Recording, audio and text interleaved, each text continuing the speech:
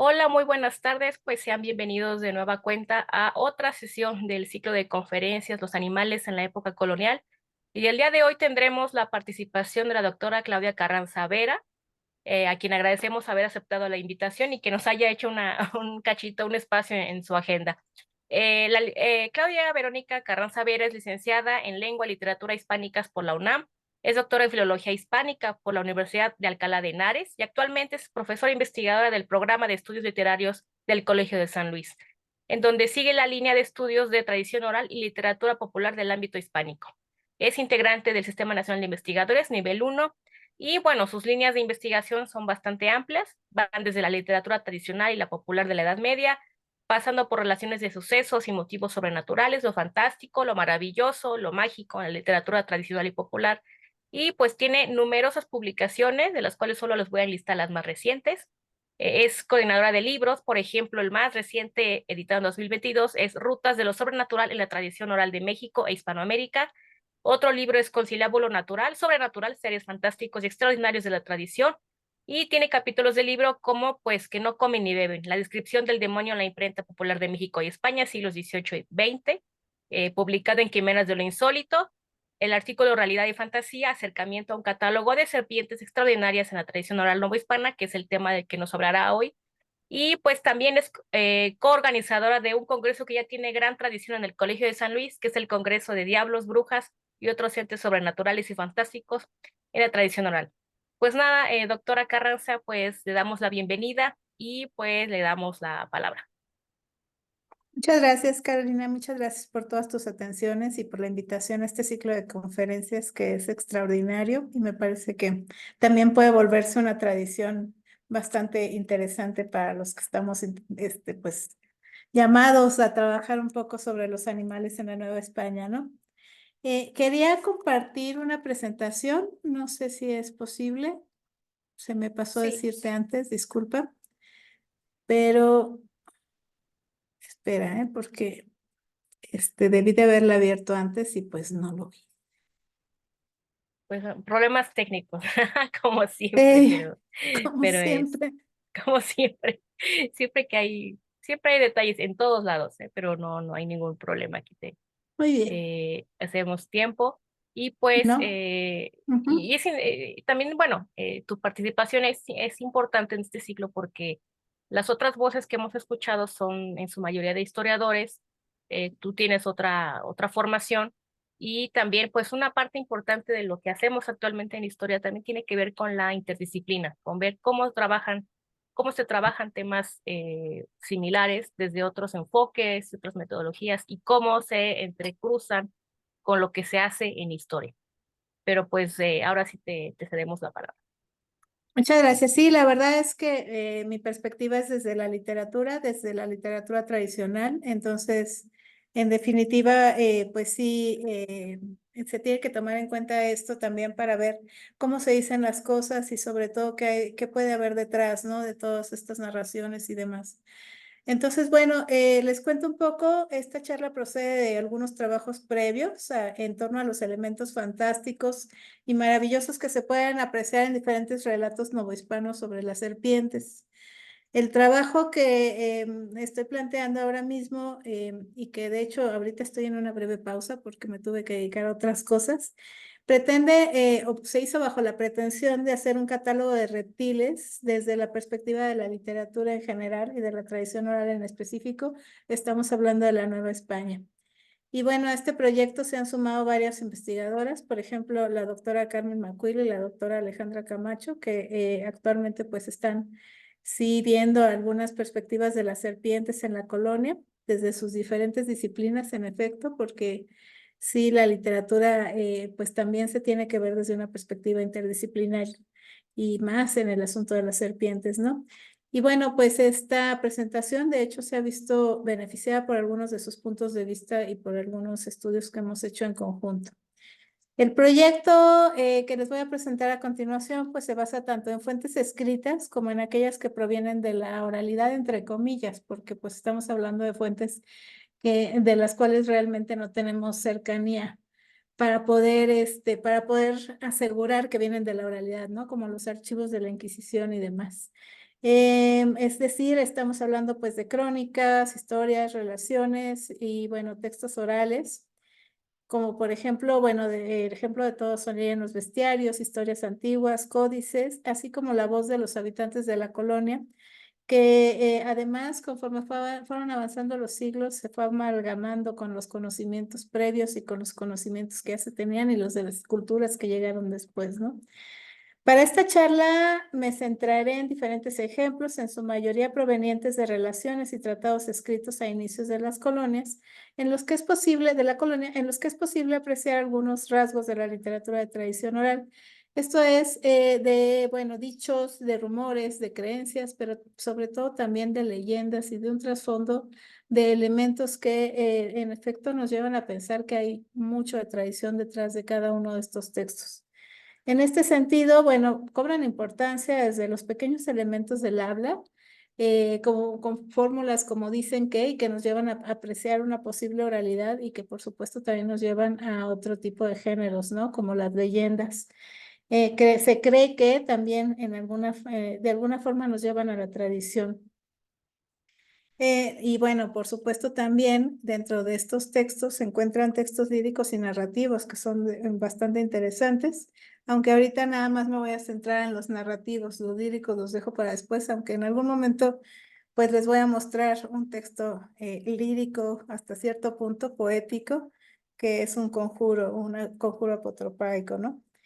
Y bueno, también les comento que me centraré en traducciones y recuentos de misioneros como Sahagún, de Mendieta y bueno, después de algunos autores como de la Serna o Ruiz de Alarcón, que tienen una visión en efecto prioritariamente occidental de las creencias. Entonces, ellos mismos de alguna manera describen y traducen las creencias que luego pues hacen la relación, de las cuales hacen la relación, pero las traducen desde su propia perspectiva, que es muy occidental en muchos sentidos, ¿no? Y bueno, también se busca recuperar aquellos elementos fantásticos que nos llevan a conocer un imaginario que se enriquece con la narrativa, conformada por las creencias, los temores, pero también la admiración de las personas que se enfrentaban a las serpientes en la Nueva España.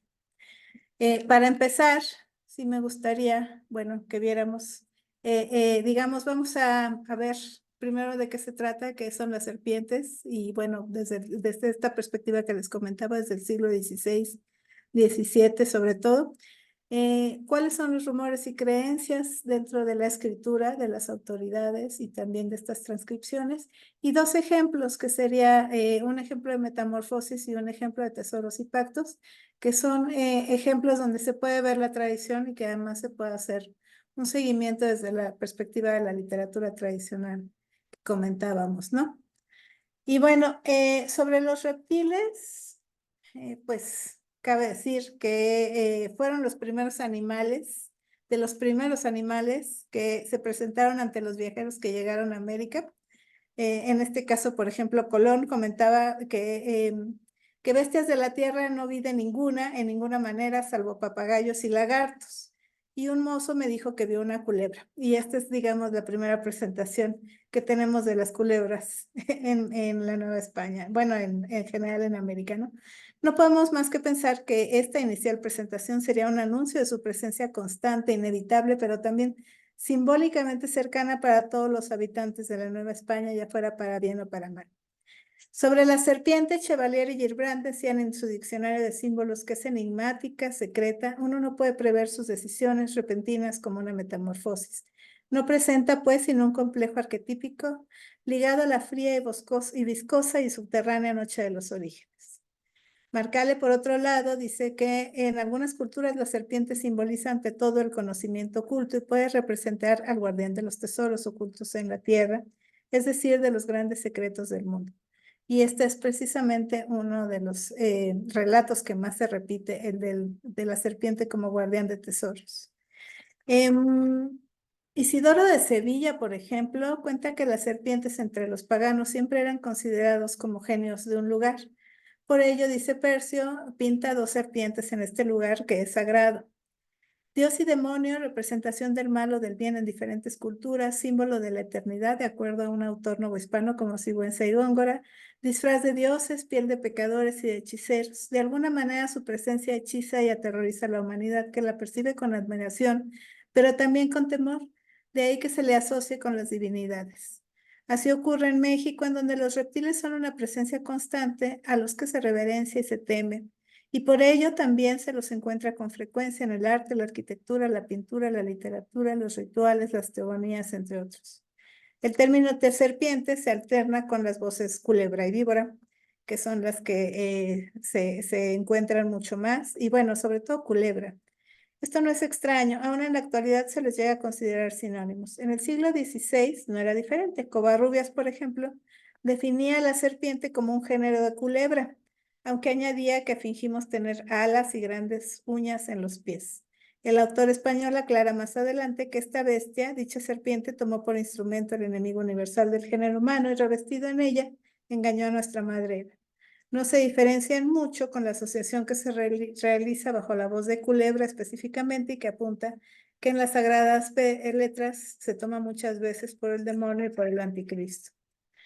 Tanto si son reales como fingidas, las características simbólicas de estos animales resultan extraordinarios y nos remiten a un panorama que por momentos resulta maravilloso, e incluso, bueno, pues bastante fantástico en muchos sentidos, ¿no? Las culebras son las auxiliares para conjurar tempestades, hay bastantes referencias de esos. Se les considera también psicopompos, que pues llevan a los viajeros al más allá. Vehículos del mal agüero, de hecho siempre dicen que encontrarse con una sirena, una serpiente, por lo regular implica que se corta la vida, ¿no? Que se corta el hilo de la vida. Fundadoras de pueblos también, de hecho muchos pueblos de México tienen como nombre el de las serpientes.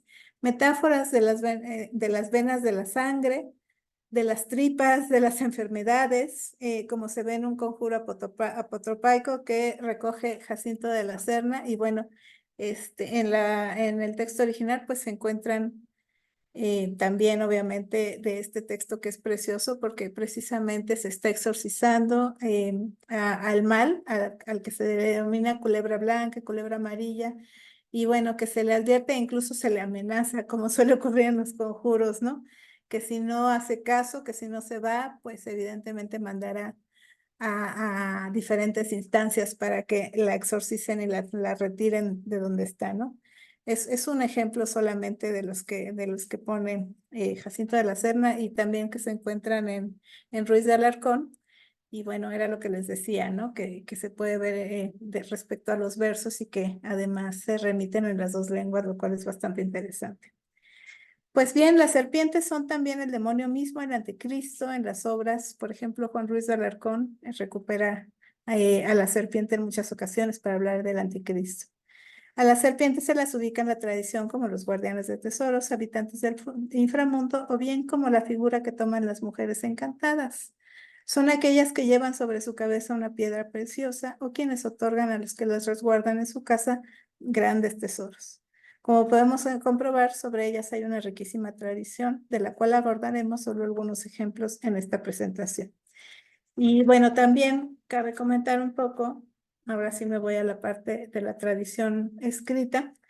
Lo que comentaba Luis Beckman en su libro de la herencia medieval en México, ¿no? El bestiario que trajeron los españoles en sus barcos provenía de una larguísima tradición en la que convivían pues tanto sus lecturas, tanto los libros que llevaban leídos, como los libros que iban a leer, como los libros que subieron a los barcos, etcétera, como todas las creencias y toda la literatura que tenían en su cabeza, ¿no?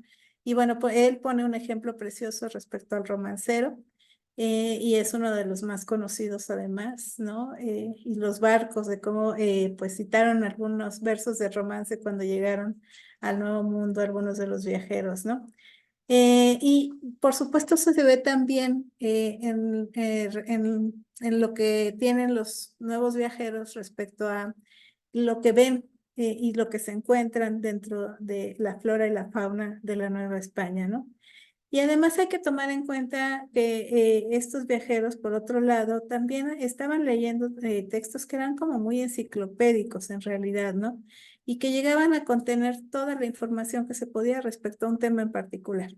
Y bueno, el siguiente es un ejemplo precisamente de una definición que tiene Covarrubias en su Tesoro de la Lengua Castellana y Española, en donde habla precisamente de la culebra y que me parece además muy linda porque se ven todos estos elementos que solían ellos aportar. Es decir, la presencia de las autoridades que ellos consideraban que eran los que verdaderamente habían hablado bien y tenían, por supuesto, hasta cierto punto ciencia respecto al tema en concreto, ¿no? También hablan, por supuesto, de las autoridades bíblicas en las sagradas letras, en este caso, ¿no? Se toma muchas veces por el anticristo y demás. Pero eventualmente también citan evidentemente obras de Grecia, grecolatinas, etcétera, ¿no? Que eran, digamos, sus autoridades, es citar al autor que uno considera más fidedigno, ¿no? Y finalmente, en algún punto hablan sobre las creencias, y eso es lo que más me gusta respecto a este tipo de definiciones, que son además las que vemos en los tratados y en las relaciones de muchos de los autores que escribieron sobre la Nueva España, ¿no?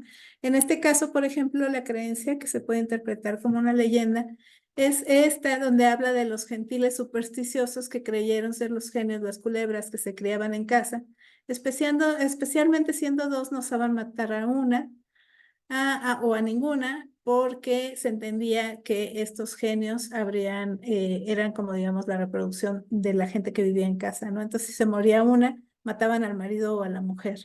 Bueno, habría quien además lo haría por pura convicción y por puro gusto, ¿no? Pero vaya, esta referencia precisamente habla de un mito y además la reproducen en otros textos, y eso también se ve en algunos de los textos que recogió, por ejemplo, Sagún en los escritos de él.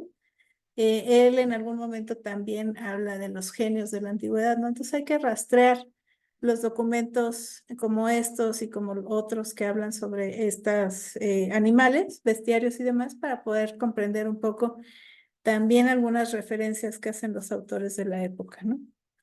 Y bueno, otra cosa, por ejemplo, esta, la última, que se considera que del tuétano del espinazo del hombre afirman engendrarse las culebras, es también otra referencia que además viene de textos antiguos, pero que se reproduce más adelante y creo que lo vamos a ver en otra definición del diccionario de autoridades, incluso.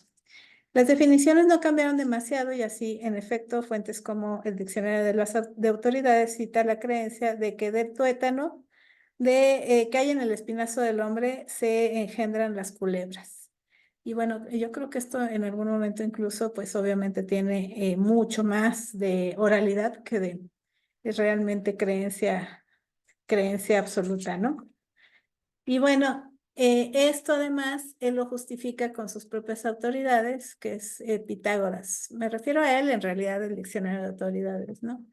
Pitágoras afirma que las serpientes nacen de la médula del hombre muerto, médula situada en la espina dorsal. De esto mismo se hace eco también Ovidio en el libro de las Metamorfosis. Hay quienes creen que cuando en el cerrado sepulcro la espina dorsal se corrompe, la médula humana se transforma en serpientes. Si damos crédito a esta opinión, resulta que tal metamorfosis tiene lugar con toda justicia, ya que si por la serpiente surgió la muerte del hombre, es lógico que también por la muerte del hombre surja la serpiente. No obstante, se dice que la serpiente no se atreve a tocar al hombre desnudo. Y aquí está la creencia. Se dice que la serpiente no se atreve a tocar a un hombre desnudo. Además es preciosa. O sea, tampoco creo que el que haya hecho el experimento haya sobrevivido para poder decir pues que sí lo tocó, ¿no? Así obras como las etimologías de San Isidoro de Sevilla, la historia natural de Plinio, las metamorfosis de Ovidio, las diferentes descripciones y narraciones de compendios como la Silva de Varia Lección o el Jardín de Flores Curiosas, la obra de Olao Magno, las historias que se publicaron en la imprenta popular que circulaban en buena parte de Europa, así como los romances, canciones, cuentos y leyendas, influirían en la visión de los recién llegados al continente americano. No es de extrañar que los escritos hispánicos de carácter, entre comillas, etnográfico, que en parte sí lo eran bastante, lingüístico literario de la colonia, sobre todo en las primeras centurias, e incorporaron estas tradiciones junto con las creencias que ya tenían los habitantes de México. Sagún, Motolinia, Ruiz del Arcón, de la Serna, Mendieta, dieron cuenta de las variedades de oficios que se podían encontrar en diferentes zonas de la Nueva España, así como de creencias y acciones que se realizan a partir de ellas. Y bueno, una de las obras más emblemáticas en este sentido sería el Códice Florentino, que bueno, en la traducción también es Historia de las Cosas de la Nueva España, en donde además de las especies reales encontramos paralelismos interesantes con otros animales provenientes de bestiarios medievales. Un ejemplo es el caso de y perdonen mi pronunciación, que mejor los remito al título, ¿no? De la Tecutlacosahui, serpiente de gran tamaño que posee una gran cabeza, boca grande y su lengua es bífida y lanza veneno con la boca. Se dice, y bueno, aquí subrayaría lo del se dice, que ella es la señora principal o señor de todas las serpientes. Su piel amarilla y moteada es como la de un jaguar. Si no la molesta, no atacará, pero si se encuentra con algún pájaro, lo devorará entero. Si el ave está en lo alto del árbol para cazarlo, ella puede lanzar su veneno. Entonces aquel pájaro caerá muerto. También sobre las nopaleras atrapa ardillas. Ella no camina por el suelo, sino que vuela por las matas. Bueno, aparte de, obviamente, la riqueza de estas historias y, por supuesto, de cómo las desarrolla, ¿no? No solo la descripción, incluso de alguna manera, cuando desarrollan cómo cazan las serpientes. Esto ya no se los recupero aquí, pero es asombrosa la riqueza narrativa que tiene, ¿no? Es casi como ver una especie de corto de terror cuando dice que salen volando las serpientes y persiguen a la gente hasta que caen muertas. Es asombroso. Eso lo comento en algún otro artículo, pero la verdad es que es algo que se debe de estudiar muchísimo más a nivel precisamente literario, ¿no? Se cuenta además, y esta es una de las cosas más lindas, que no suele andar sola. Esta serpiente está acompañada con su macho o el macho con su hembra, porque no siempre se les vea juntos. Cuando quieren encontrarse de nuevo para llamarse, solo debe silbar una y la otra vendrá sin dudar. Y ocurre que una de las dos serpientes, si una de las dos serpientes es casada con planta de tabaco, su pareja perseguirá al cazador hasta darle muerte. Y el relato es muy similar a otro que introduce Plinio para hablar del áspid, especie que ama intensamente a sus parejas. Y dice Plinio, no pueden vivir si no es con el otro. Así pues, si se da muerte a una de las dos, la otra muestra un increíble empeño en vengarla. Persigue al que la ha matado y ataca solo a este de en medio de una multitud de gente, por grande que sea. Gracias a una especie de intuición, que eso es también precioso, supera todas las dificultades, atraviesa distancias y solo lo detienen los ríos o una huida muy rápida. Tendría que ser a mucha velocidad. Otras serpientes que tienen un sospechoso parecido con aquellas que se describen en los bestiarios medievales será la Maquiscoatl, que tiene dos cabezas, una en el lugar de la cabeza y otra en el lugar de la cola, y que será muy similar a la anfisbena del bestiario medieval, que también tiene una cabeza que se halla en el lugar adecuado y la otra en la cola. Con una cabeza sujetando a la otra, puede rodar en cualquier dirección como un aro. Esto es de un bestiario que se encuentra en Cambridge. Una de las serpientes que tuvo mucho interés para Sagún fue también la Mazacoatl, que es pequeña, tiene cuernos, a ver si sí, tiene cuernos, es prieta, no hace mal, no tiene eslabones en la cola. De la carne de esta usan los que quieren tener potencia para tener cuenta con muchas mujeres. Los que la usan mucho o toman demasiado de cantidad siempre tienen el miembro armado y siempre despiden simiente y mueren de ello. La creencia, anota el fraile, se extiende también, de hecho, a unos caracoles de la tierra, como los de Castilla, dice él, que se llaman aquí en México mazacuar, y son provocativos a la lujuria, y el que los usa sin duda muere de ello, como arriba se dijo de la culebra. Esto también estoy citando a Sagún. Y bueno, precisamente es bien interesante que es la Mazacuat, de acuerdo a una estudiosa que tiene un artículo precioso precisamente sobre esta serpiente. Fue la que digamos, esta fue la serpiente que se utilizó para la literatura escatológica, ¿no? La literatura sobre castigos sobrenaturales e infernales. Y tiene que ver, nos dice Berenice Alcántara, precisamente por esta potencia sexual que se le otorga a esta serpiente, ¿no? Y de la que, bueno, Sagún pues nos comenta para esta serpiente y para el caracolillo que les platiqué, ¿no? Y bueno, es una serpiente ligada a los poderes de la reproducción y por lo tanto también dentro de diferentes pues, textos escatológicos, era ella la encargada de castigar a las mujeres lujuriosas, ¿no? Precisamente por los cuernos. Y bueno, los cuernos mismos servían también para el castigo. Esta especie además pareció influir a otras creencias. Por ejemplo, de hecho, más adelante, 2 siglos después, en 1765, encontramos un expediente inquisitorial que se armó contra José Mastache, se llamaba, vecino y del comercio de Iguala por su prestigioso y hechicero.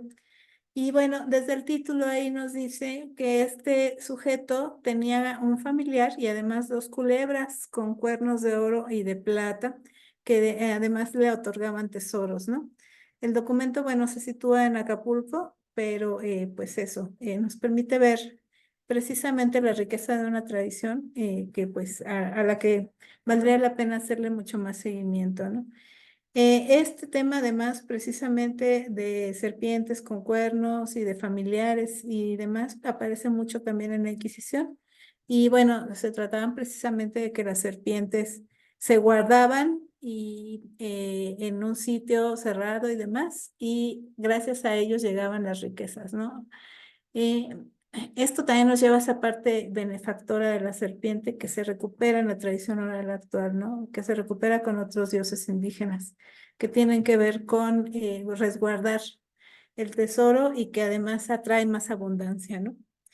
Las actividades acompañadas por serpientes tenían un trasfondo simbólico importante y no desaparecieron del todo. Eso también se aprecia a lo largo de otros siglos de la colonia. Y bueno, por ejemplo, vemos otro caso de una denuncia que se llevó a cabo contra un mestizo en 1622 que decía que por usar una cabeza de serpiente.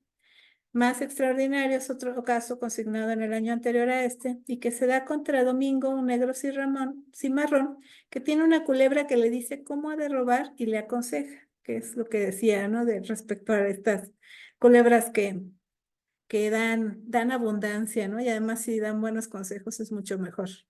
En el testimonio se agrega que Domingo tenía un palito que come, duerme y habla y bebe como si fuera gente. Este suceso está documentado en Carnavaca. Es un caso fechado, en un caso fechado casi 2 siglos después, en 1801, contra un tal Tiburcio Pamplona. Se habla de una culebra de 4 narices, llamada en la lengua Mactusaihuina, y que la dicha culebra es un nahual que desde que la ve, desde que nació, desde que la ve, habla con ella en sueños y que la dicha culebra está en un paraje llamado Ixtec, que se mira desde los cerros de este pueblo. A este sujeto, bueno, lo estaban condenando por brujo, hechicero y nahualista y fue en 1801. La comunicación con las serpientes aparece también en Sagún, quien describe otra práctica con los reptiles en una descripción que titula Cómo hacer vivir a la serpiente, y que solía realizarse para identificar a los ladrones. En este caso se reunía un grupo de personas, comenta el fraile, y se liberaba una culebra que identificaba al ladrón. Cito, al momento se sube sobre él se tiende, luego se aferra de él y lo enreda. Entonces el ladrón confiesa todo y bueno, pues si nadie ve la culebra, significa que en realidad no hay ningún ladrón entre los que están por ahí. A pesar de haber sido receptivo ante las creencias y la cultura indígena, Sagún no deja de estar influido por la visión judio-cristiana, que suele apreciarse en las automáticas asociaciones que de pronto se le escapan con respecto a que la culebra significa el mal. Es muy interesante a este respecto lo que dice Dominique Duffetel, quien señala, cito, mientras que en Sagún la serpiente en esencia es malévola, los indígenas la muestran tan solo en su estrategia para cazar y vivir. Y en este sentido, el relato del Códice Florentino es interesante porque es mucho más florido y extenso, pues el interés no está en la historia de la misma ni nos conduce cautivados a un desenlace, sino en el disfrute de la acción, las sensaciones, en la recreación verbal del momento vivido. En esta prosa no hay realmente final, solo un placer en la palabra. Es muy bonita esta imagen de Dominique Duffetel. Otros autores también llegan a referir las obras que influyen en su lectura de la realidad, y así tenemos, por ejemplo, a un Jacinto de la Serna dedicando un espacio de su análisis o de sus obras al milagro bíblico en donde la vara de Moisés se convierte en serpiente. Y bueno, me gustó mucho esta referencia, pero no se las rescaté por aquí. Aquí sí, sí las rescaté. Y dice él, no bien pudo ser que con arte del demonio la bala verdadera se convirtiera en verdadera serpiente, al modo que una cerda de caballo en el agua se hace una culebra, que eso también me parece bastante dudable, pero además me remite. Digo, esto ya es una locura de mi parte, ¿no? Pero a los cuentos tradicionales que todavía se encuentran hoy en día, donde precisamente las cerdas de los caballos se usan para encantamientos maravillosos, ¿no? Es decir, en algunos cuentos, si tú amarras una cerda de un caballo que es por sí mismo mágico, puedes obtener lo que tú quieras, ¿no? Bueno, en este caso parece que la cerda se convierte en serpiente, pero bueno, me remite a creencias que valdría la pena también rastrear a ver si se puede encontrar un cuento similar que nos lleve precisamente a esta referencia de que el agua se convierte en culebra. Y por el otro lado nos lleva a otros tratadistas de la época que también creían que las serpientes y las culebras a veces nacían de la putrefacción, ¿no? Eso sería lo más realista que se puede encontrar en la época, pero me llama mucho la atención precisamente porque pues él lo retoma, además es lo que él da por cierto también, que es lo más interesante, ¿no? O sea, esta narrativa nos lleva precisamente a la certidumbre, la creencia, la verosimilitud y por lo tanto, y por supuesto también a las tradiciones que ellos mismos traen consigo, ¿no?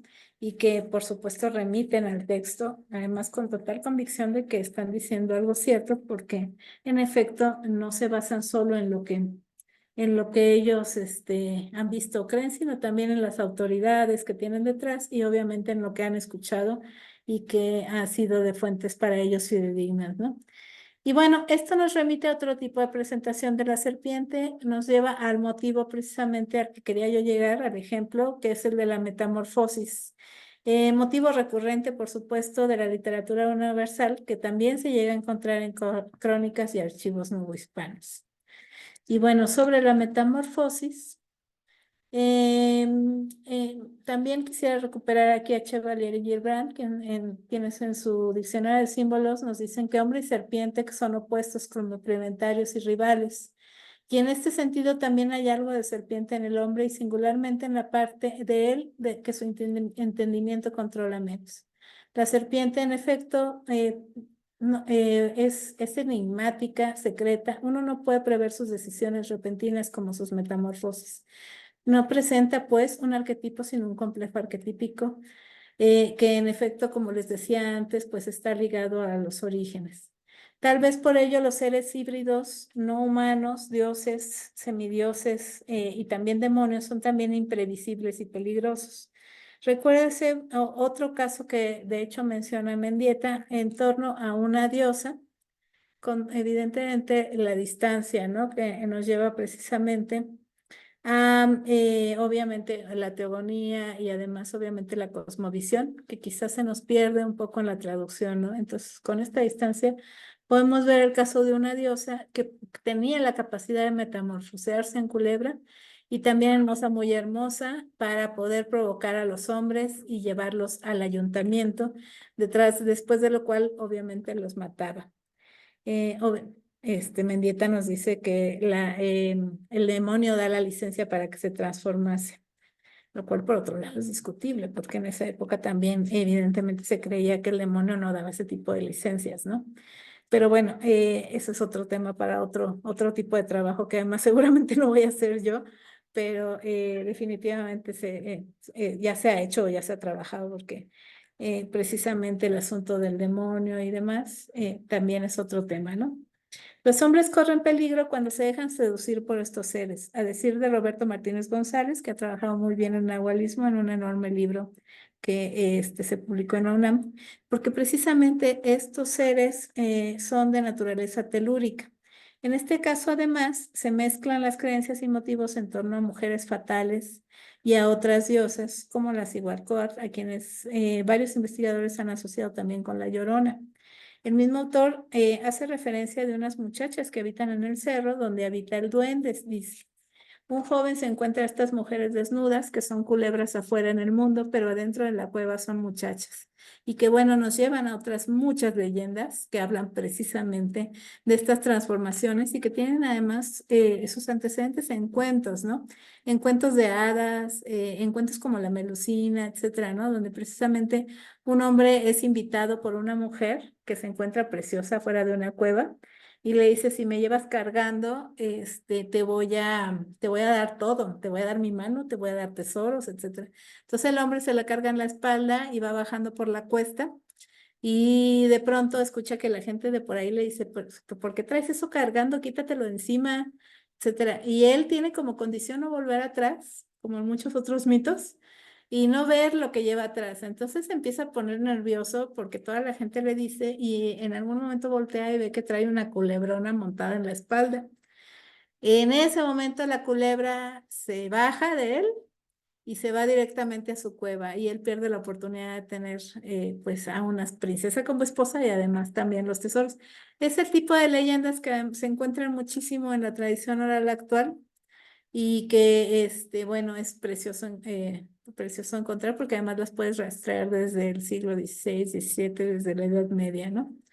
Pero un caso de metamorfosis que a mí me encanta también es precisamente este que ya les puse, que es el de la relación de Michoacán en el capítulo que cuenta de los dos señores postreros que se dividieron todos por un agüero.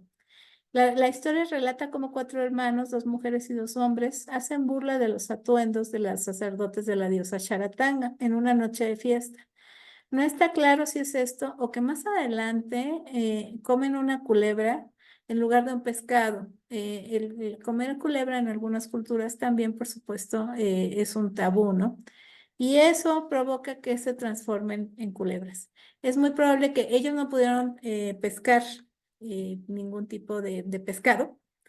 Y entonces lo que se encuentra es la culebra. Es muy probable que la diosa les haya enviado las culebras para que ellos las consumieran y se transformaran, ¿no? Y esta descripción de la transformación es bastante rica y bastante interesante.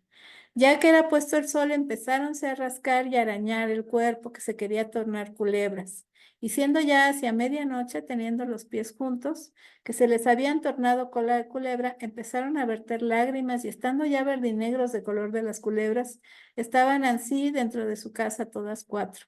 Y saliendo de mañana, entraron en la laguna una tras otra, se iban derecha hacia Bayameo, cabe Santa Fe, e iban echando espuma hacia la arriba y haciendo olas hacia donde estaban los chichimecas llamados Iyocan, y dieronles voces, y ellas dieron la vuelta, y volvieron hacia un monte de la ciudad llamado Caereo, en fin, bueno, ustedes lo pueden leer, y entráronse en la tierra todas cuatro, y formaron además, no lo pongo aquí, pero formaron cuatro pueblos, o sea, es un mito también de fundación. La metamorfosis puede fácilmente interpretarse como un castigo en este caso, motivo que tiene una larga tradición que posiblemente reconocería el traductor de la relación, aunque no por fuerza realmente este motivo, pues él lo introdujo, ¿no? Sino que él estaba reproduciendo un mito que se le estaba contando. El resultado de haberse alimentado con el reptil es pues la adquisición de las características del animal. La descripción de la transformación se construye con tópicos que reconocemos en otros ejemplos de metamorfosis. Aquí es donde sí puede entrar la labor de quien realiza esta traducción del mito, ¿no? De hecho, por ejemplo, si ustedes leen la transformación de Cadmo en la obra de Ovidio de las Metamorfosis, pues más o menos van a ver las mismas características y es precioso compararlos, ¿no? Y otro caso que sí les traigo por aquí es el de precisamente el que Dante reproduce en el infierno, ¿no? Y que bueno, ya se los adelanto, pero sí, es precioso precisamente porque se ve más o menos lo mismo, ¿no? Una serpiente que se lanza sobre un maldiciente, sobre un hombre que está diciendo maldiciones, y va poco a poco fundiéndose con el hombre, ¿no? Los delanteros lanzóle a los muslos, le metió la cola entre los dos y la trabó detrás de los riñones. Y luego se junta tal como si fuera cera ardiente las piernas, ¿no? Como aquella horrible fiera con otros miembros en los colos suyos. Y luego se extiende y adquiere este color que ya no es blanco, como su tono de piel, sino negro. Un poco parecido al que dice aquí, ¿no? Respecto a la relación de Michoacán, respecto a que en efecto se les fue transformando el color de la piel. Y luego dos cabezas eran una sola, mezcladas se vieron dos figuras en una cara donde se perdían. Cuatro miembros hiciéronse, perdón, dos brazos, los muslos con las piernas, vientre y tronco, en miembros nunca vistos se tornaron. Ya no existían las antiguas formas, dos sin ninguna perversa imagen parecía, y se fue con paso lento y bueno, triste y meditabundo, me imagino, ¿no? Pero bueno, en efecto es bien interesante cómo este tipo de descripciones, que además, no sé por qué, pero siempre se me ha figurado que todos los autores que hablan de monstruos y de transformaciones disfrutan muchísimo la descripción de la transformación. No sé, o sea, por lo menos yo como lectora sí disfruto muchísimo leerlo y veo en efecto, o desde una perspectiva comparativa, que en efecto se repiten y se reproducen determinadas características. Les digo, el juntarse de las piernas, la lengua sibilante, el tono de piel, las escamas, etcétera, son algunos de los rasgos literarios que vale la pena revisar, ¿no? Y que además son preciosos porque nos como que incita nuestra imaginación, ¿no? Y bueno, pues otro personaje que también les recuperé aquí fue precisamente el de la Lamia, que por otro lado también influye en muchas de las leyendas actuales, ¿no? Se asemeja muchísimo a precisamente algunas personalidades, algunos espíritus que se encuentran en las relaciones de México.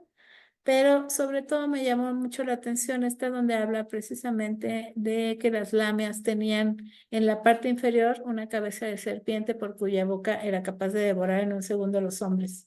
Fíjense además por otro lado también que mientras en la relación de Michoacán el castigo lleva a que las serpientes se vuelven fundadoras de pueblos, o sea, el castigo, entre comillas, finalmente es otro tipo de mito y otro tipo de cosmovisión. Aquí, por otro lado, también es definitivamente la perspectiva del mal, ¿no? Que es más occidental respecto a las serpientes. Bueno, pues este tipo de monstruos, como les decía, la transformación como un castigo físico, también es posible que los hombres, en efecto, pues tengan esta condición mixta, no necesariamente maldita. Un ejemplo se aprecia en la siguiente relación que hace Mendieta respecto a las creencias en torno a los nacimientos de mellizos. A decir del fraile, ahí está. Cuando, bueno, nacían dos niños, dos criaturas del vientre de su madre, había de morir el padre o la madre. Se tenían este tipo de creencias, ¿no? Y el remedio que el demonio les daba era que matasen a uno de los mellizos, a los cuales en su lengua llamaban cocowa, que quiere decir culebras, porque dicen que la primera mujer parió dos, se llamaba Coal, que los parió, que significa culebra. Y de ahí es que nombraban culebras a los mellizos y decían que habían de comer a su padre o a su madre si no matasen al uno o al otro, ¿no? Esta doble naturaleza entre hombre y bestia debe de ser temida. Se trata del mito del humano bestial que comenta Roger Bartra. Logra identificar lo civilizado como lo opuesto o lo salvaje. Se asimila lo salvaje a lo extraño peligroso y lo civilizado a la seguridad del entorno conocido. Aquí además, Carmen McQuill, precisamente que trabaja en estos aspectos, también me dice que en la actualidad entre los nahuas del centro de México aún se cree que los gemelos tienen esa dualidad, uno de ellos es bueno y el otro es malo. Y cito a McQuill, uno echa dolores, aires y el otro los quita. No se puede saber muy bien cuál es cuál hasta que son más o menos adolescentes. Pues que no pasa solamente en México, ¿no? De hecho, los gemelos tienen muy mala fama en diferentes culturas del mundo, ¿no? Se los teme muchísimo porque son parecidos. Es también en literatura un poco también el asunto del doble, ¿no? Y en antropología el mito del doble, que precisamente es tan parecido que resulta terrorífico en muchas culturas. Y por eso muchos gemelos también se considera que son magos, porque tienen otro tipo pues de formación, ¿no?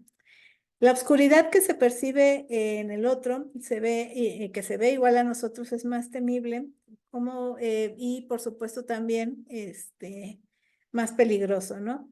Y eso además es mucho peor cuando las personas se transforman a voluntad, y que sería el caso de las brujas o los nahuales. Un ejemplo interesante se encuentra en un testimonio presentado ante la Inquisición hacia finales de 1713 en una población del actual Estado de México, donde un español casado relató al Santo Oficio lo que escuchó contar a una mujer indígena sobre doña Melchora de Villegas, principal de este pueblo y viuda de don Nicolás de los Ángeles.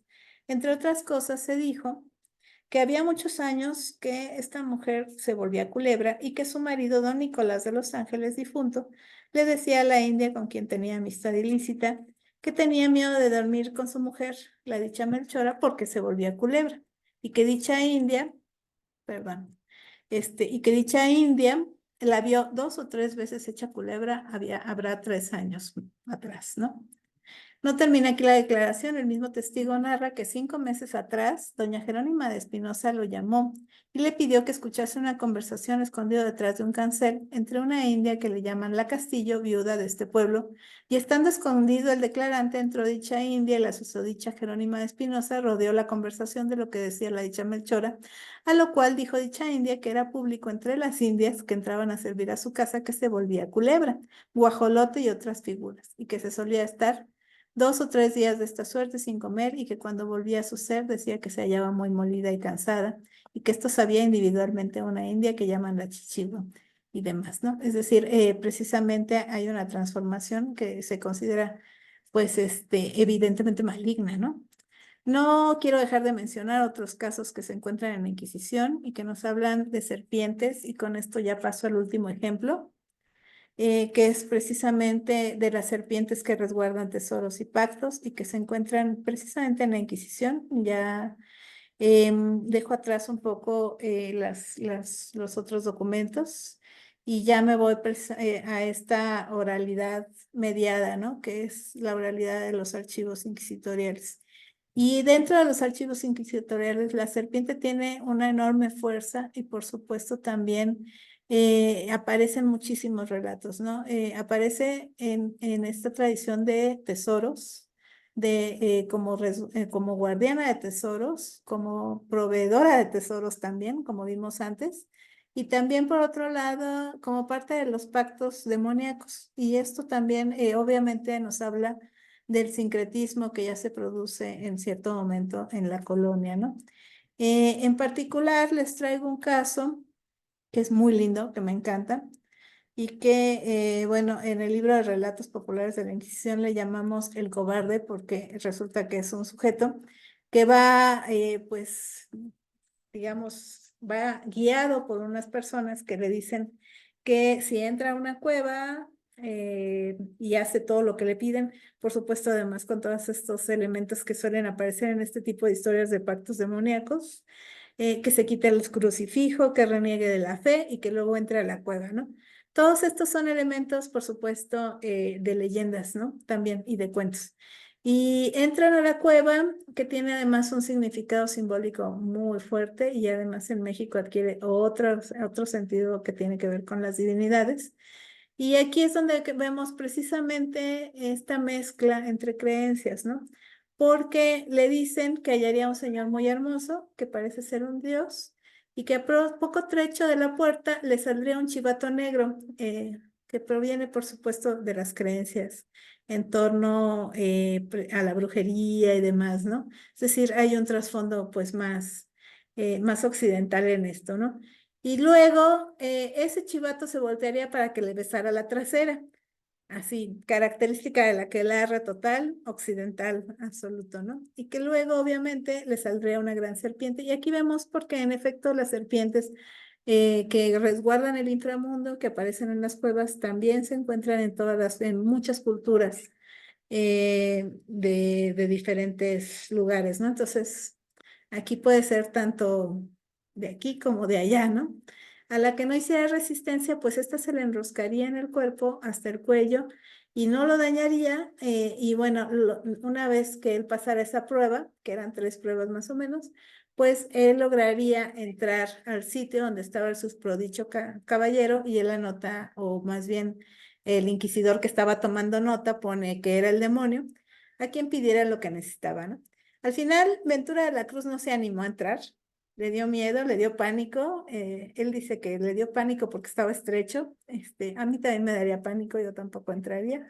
Pero en efecto, aquí vemos precisamente a la serpiente ya incorporada también en un relato de pactos sobrenaturales que tiene mucho de sincretismo con la cultura occidental y con la cultura de ahí mismo, ¿no? Toda la historia, por otro lado, de este personaje, es decir, desde que va, de que se informa, de que lo llevan y que luego sale corriendo, pues es bastante interesante, ¿no?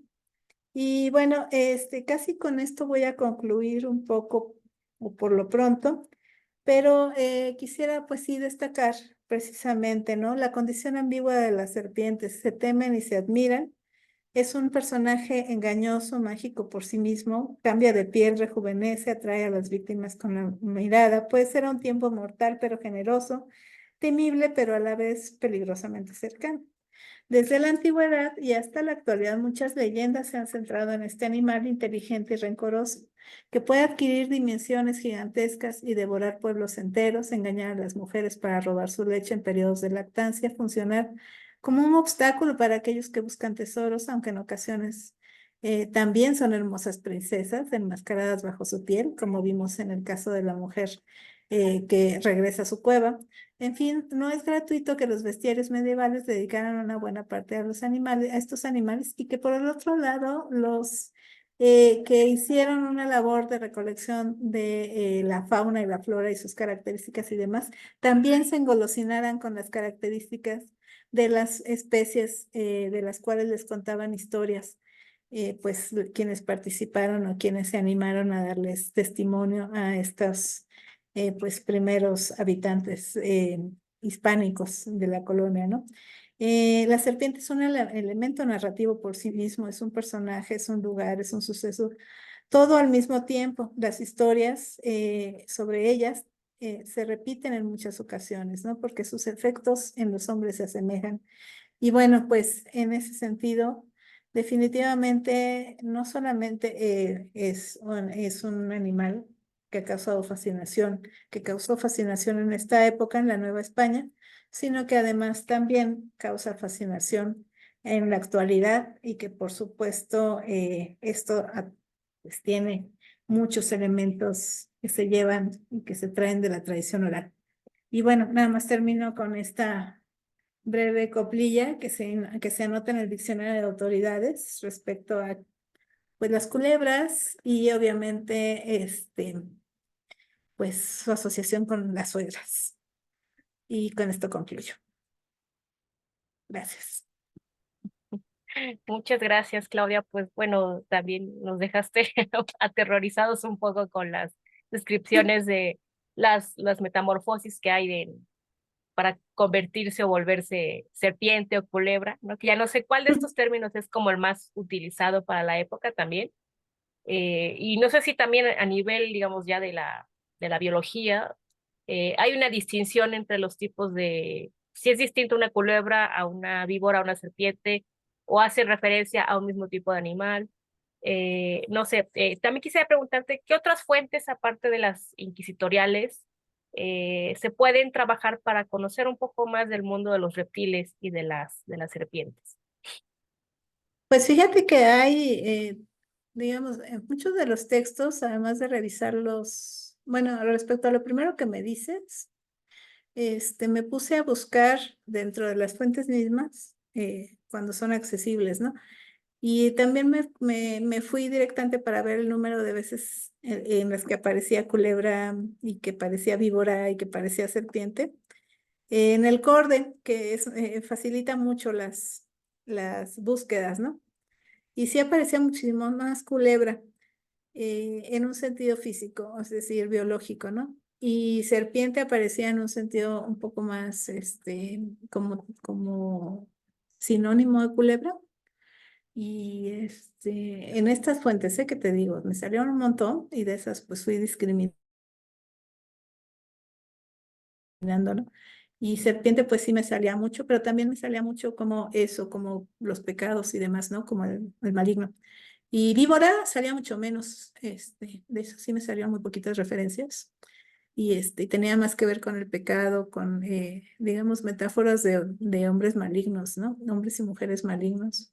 Por lo regular se asocian, se hace el símil con con la víbora, ¿no?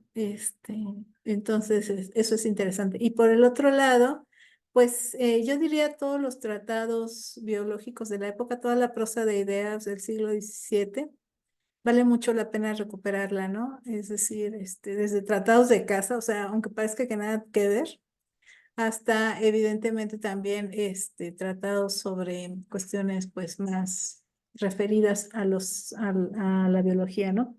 Un caso muy interesante es el del ente dilucidado, hablando precisamente de estas creencias respecto a que la putrefacción y demás daban lugar a las serpientes. Me llama mucho la atención porque en el ente dilucidado más bien se habla de duendes, ¿no? Pero constantemente se habla también de serpientes y ahí se encuentran muchas leyendas y demás. Entonces, sí hay una amplia bibliografía de todos los autores que hasta cierto punto eran, pues, bastante obsesivos, ¿no? Con las descripciones y demás, pero también con otro tipo de referencias. Yo diría esas en España solamente, pero también había muchos más autores en otros lugares, ¿no? Pero en México, en particular, además de la Inquisición y de las crónicas y de las relaciones y demás, pues también encontré en relaciones sobre los lugares, o sea, relaciones etnográficas en gran medida, ¿no? Y esas sí también pueden ser buenas fuentes para encontrarlos. Yo nada más, obviamente me voy para lo que me interesa, ¿no? Lo que pueda tener un trasfondo de la tradición oral, pero tampoco he tenido acceso a estos documentos y la verdad es que creo que me haría falta para poder hacer un catálogo mucho más exhaustivo de las serpientes. Ya ven, o sea, ahorita les di un panorama con un montón de versiones, de variantes y de formas, pero creo que son de las conocidas también, ¿no?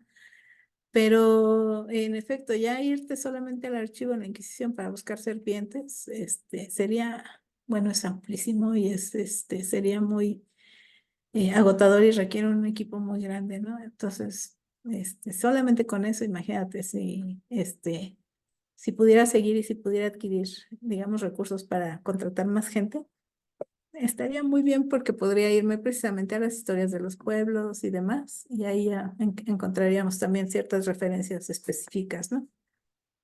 Creo. Bueno, ahora también, a mí me llama la atención como no solamente estos atributos muy humanos que se les dan a a las serpientes, bueno, a las culebras, ¿no? Como esto de que andan en pareja, como que hay una lealtad ahí de pareja, que son intuitivas, que a mí me daba como también risa poco, pero ¿cómo puede ser intuitiva? Y la culebra saber quién mató a su pareja, ¿no? Vengativas, por decir algo, ¿no? Ujú. Pero también me llama la atención, o al menos yo lo entendí así, que la mayoría de las asociaciones de las culebras son con la mujer o con elementos muy femeninos. Ujú. ¿Encuentras algo así, por ejemplo, que se asocie más con rasgos masculinos, excepto este caso de la que da como poderes viriles, ¿no? O si es más Ajá. constante encontrarlo vinculado a lo femenino. Fíjate que no lo vi desde esta perspectiva y me encanta así lo que comentas, ¿no? Sí es cierto que en efecto, pues sí, la mujer desde el Génesis, ¿no? Se suele, digamos, ubicar junto con la serpiente precisamente. Muchos autores han hablado de que pues la mujer con los ciclos, con la luna y demás, también se considera cercana en ese sentido, ¿no? A lo telúrico que comentaba Martínez, me parece que por ahí iría, pero hay estudios bastante interesantes precisamente de las mujeres bestiales un poco, no ya que tengan, digamos, cercanía con las serpientes, sino que las mujeres se interpretan como serpientes.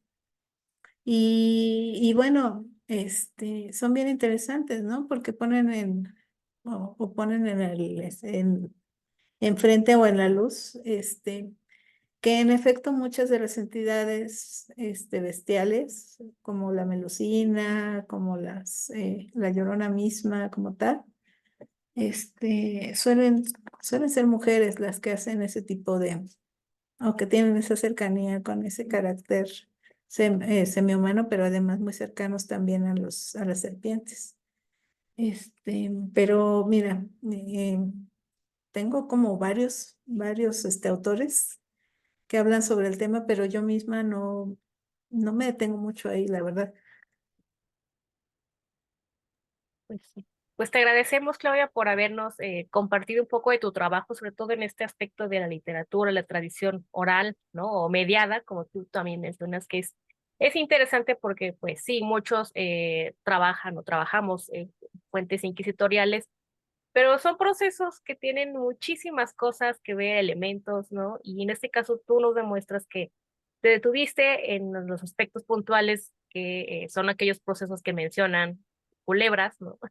También como mediadores de sucesos de fenómenos sobrenaturales, también leyendas, creencias populares igualmente, ¿no? Entonces, para nosotros, pues realmente es una forma también de enriquecernos y buscar desde otro punto de vista y otras metodologías cómo estudiar y cómo acercarnos a los animales, sobre todo para el periodo colonial. Pues gracias, Claudia, por compartirnos un poco de tus investigaciones también. Tu constancia se te va a llegar vía correo electrónico igualmente. Y pues nada, yo solamente los invito a continuar pendientes de las actividades del Colegio Mexiquense y a no perderse la sesión del próximo mes, la última de este ciclo, que nos hablará la licenciada Daniela Arcos Aguirre sobre fauna marina y su beneficio económico y cultural en la antigua California durante el siglo XVIII. Pues sin más, yo los dejo y que tengan una muy buena tarde. Muchas gracias.